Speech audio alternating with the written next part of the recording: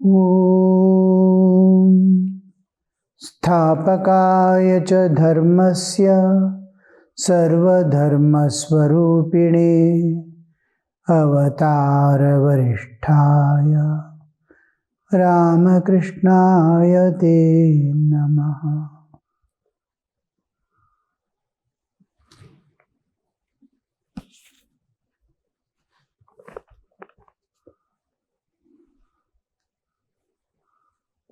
There is neither end nor limit to this desire for worldly enjoyment.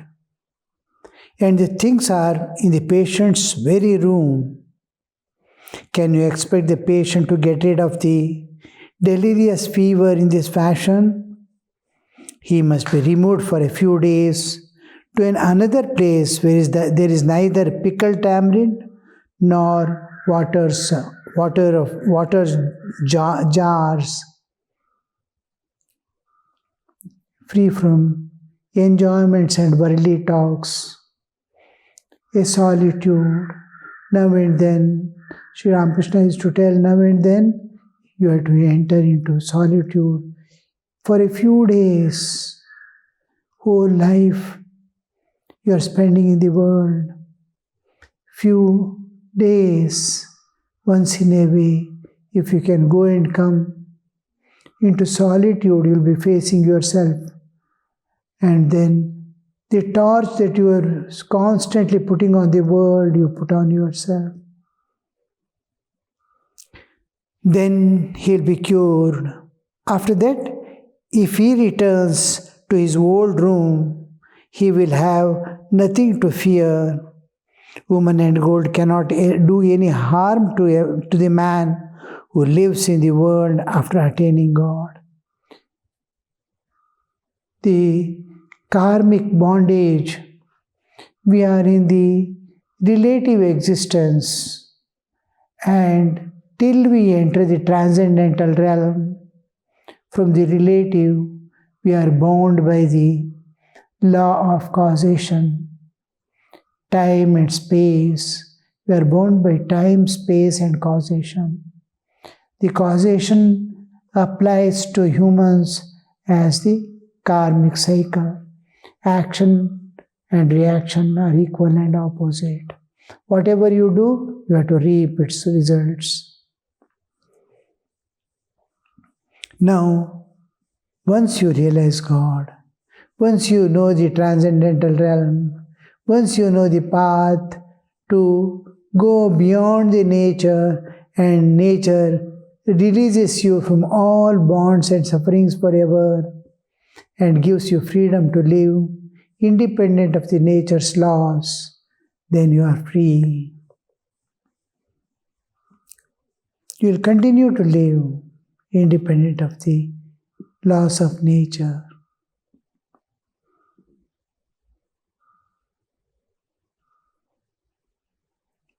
Only then can he lead a detached life in the world as King Janaka did. But he must be careful at the beginning. He must practice spiritual discipline in strict solitude. The peepal tree, when young, is fenced around to protect it from cattle.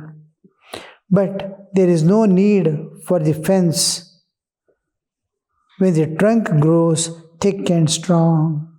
When we are still lads in spiritual world, infants in spiritual world, we need protection. As we develop our spiritual strength and our worldly desires start waning away, then we have great peace within and security in the external world. Then no harm will be done to the tree, even if an elephant is tied to it.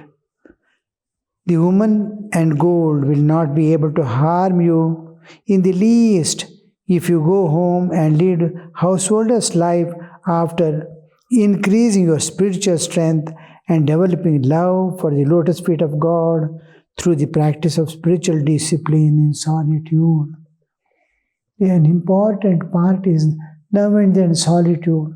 Solitude is very difficult to get. And it can be, Sri Ramakrishna says, Mone, Bane, it can be in your own mind. It can be kone, a corner. It can be some corner somewhere. In the house, large house will be there, a small house, somewhere a hidden place will be there. A terrace, here, there. Just to go and sit in the open, early morning, late in the night. I went to a old age home. And then I was to now and then visit it to talk to the elderly people who are left out from the house because of the difficulty, their difficulty in looking after the old people. They will bring and put in the... some of those, they used to weep, our children have put us in the old age, now we have to suffer here, nobody to talk to us and all. They will, but yet they will have friendship done there itself among the needs, but each will be putting out their woes, their difficulties, problems they are facing in the home, all that whole life history will be with each other exchanging. And a few people would remain with all the problems they are facing like others. They would not mind. Some people used to say, this is blessing in our life. Our children have, whom we brought up, our children have rejected us. But God will not reject us.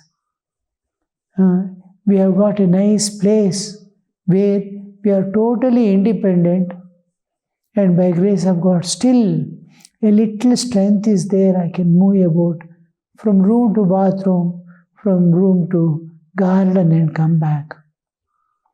This much strength and a little food they are giving, this is sufficient for us to survive.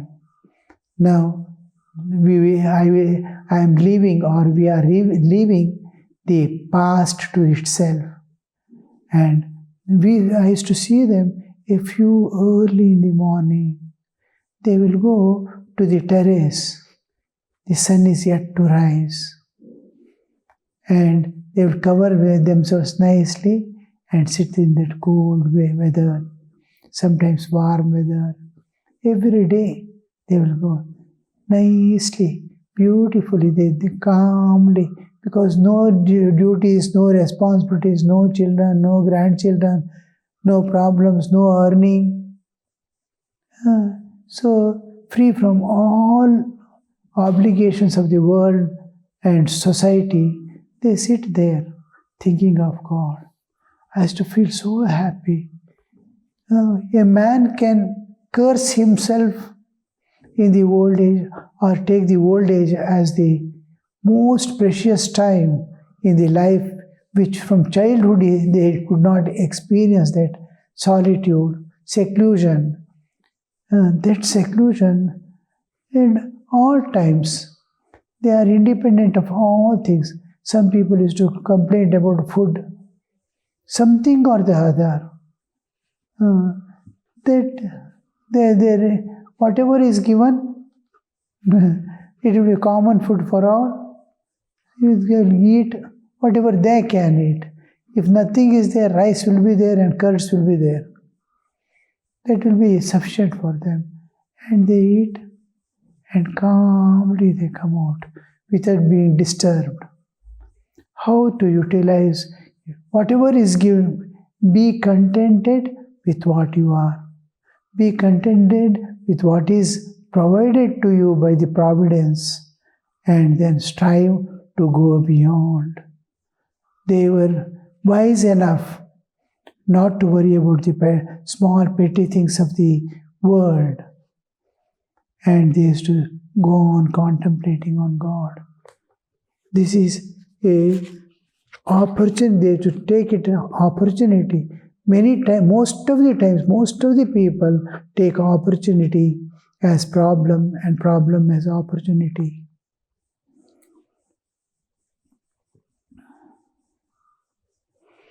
A man sets milk in a quiet place to curdle, and then he extracts butter from the curd. After once extracting the butter of devotion and knowledge from the milk of mind, if you keep that transformed mind in the water of the world, it will float in the world unattached. But if the mind in its unripe state, that is to say, when it is just like liquid milk, is kept in water of the world, then world and water will get mixed, and in that case, it will be impossible for the mind to float unattached in the world. Mind to remain unattached to the world and moving about in the world as a part of the world, participating in the world and remaining uninvolved, unentangled. This is possible after a little spiritual practices constantly. The main thing is to be active in the world and be one with all others and keep the mind on the... It is a constant, unbroken practice. I should not forget God. I should not forget God. Whatever happens, we are going for bath.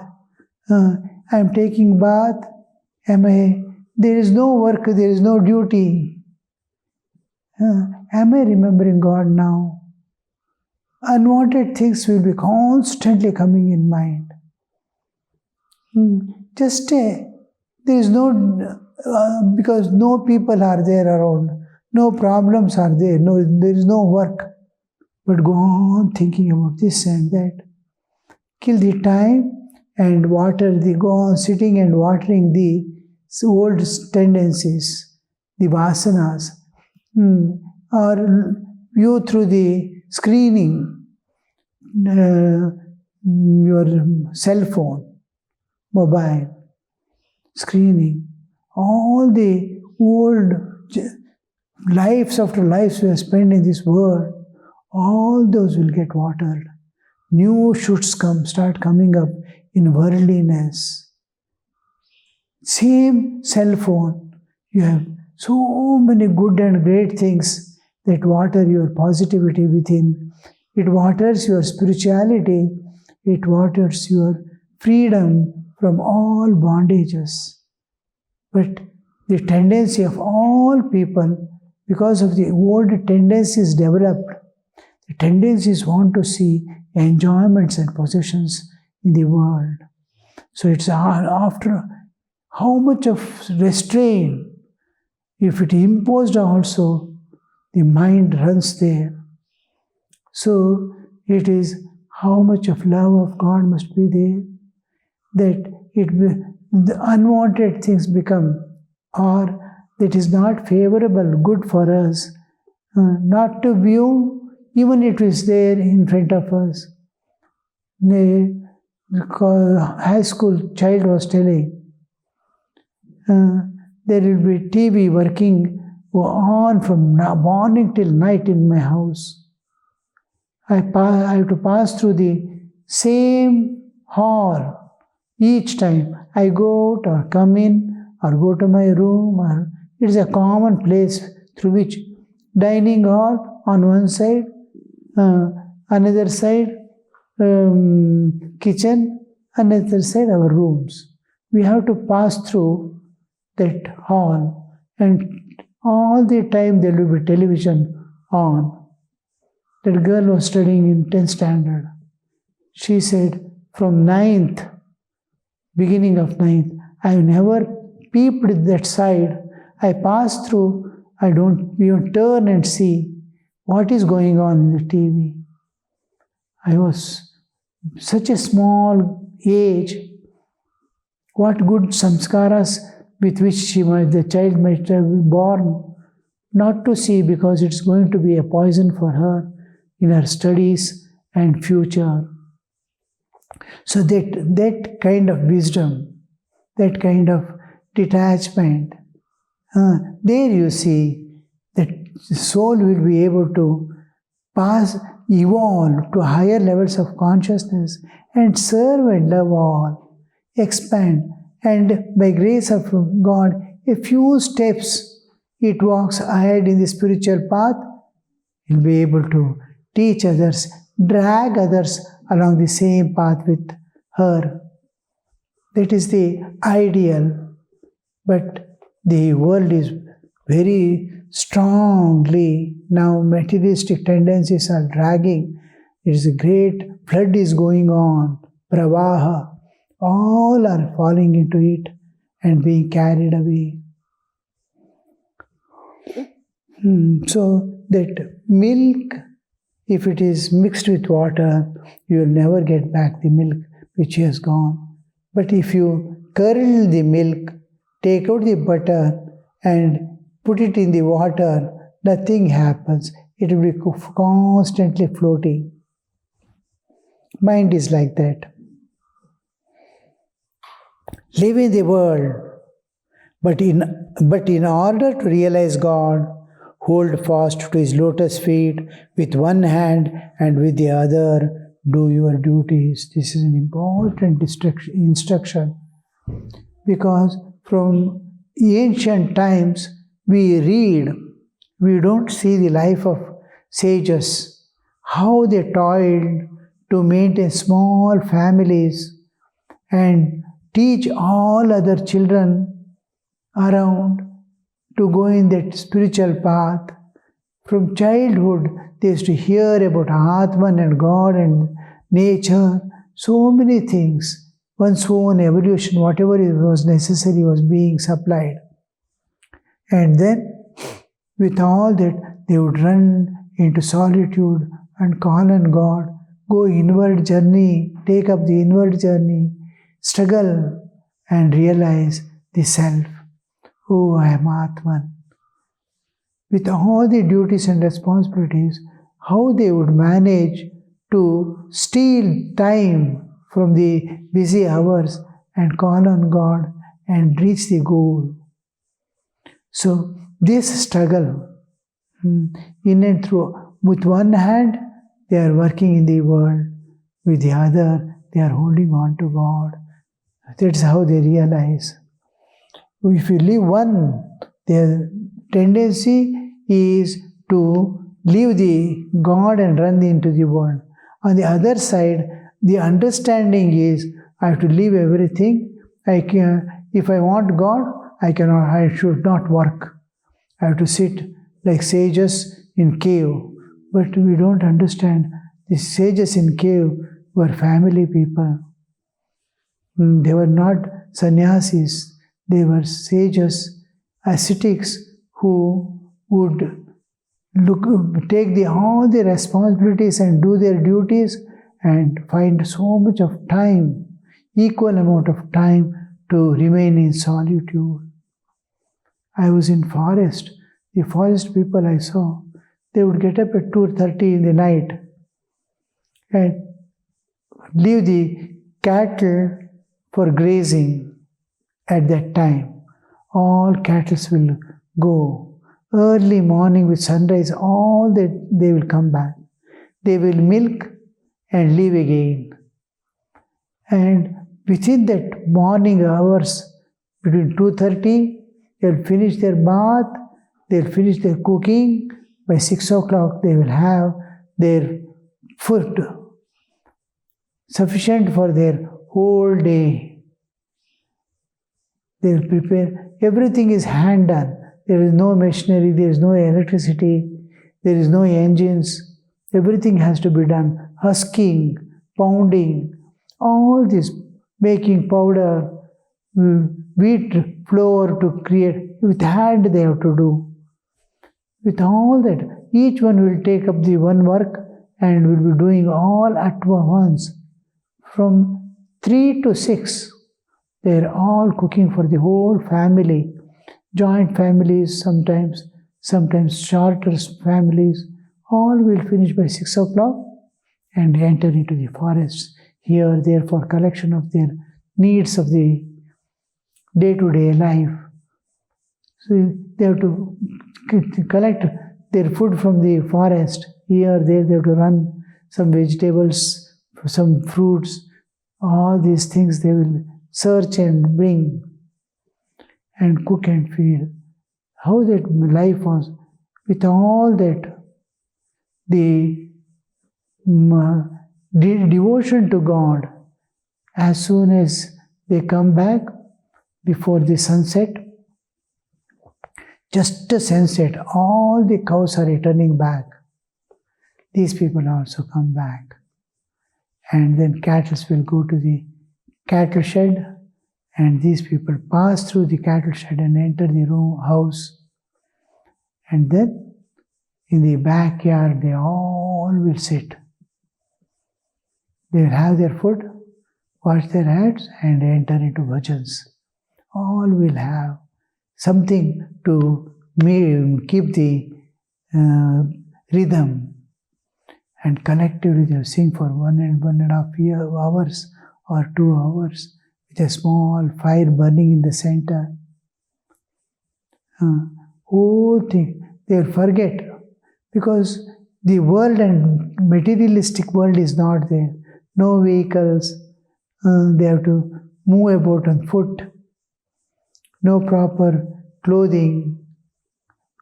How beautiful that life. Holding on, the main thing is holding on to the God and to do the work. All the work they have to do, but not forget God. When you get a respite from your duties, cling to God's lotus feet with both hands.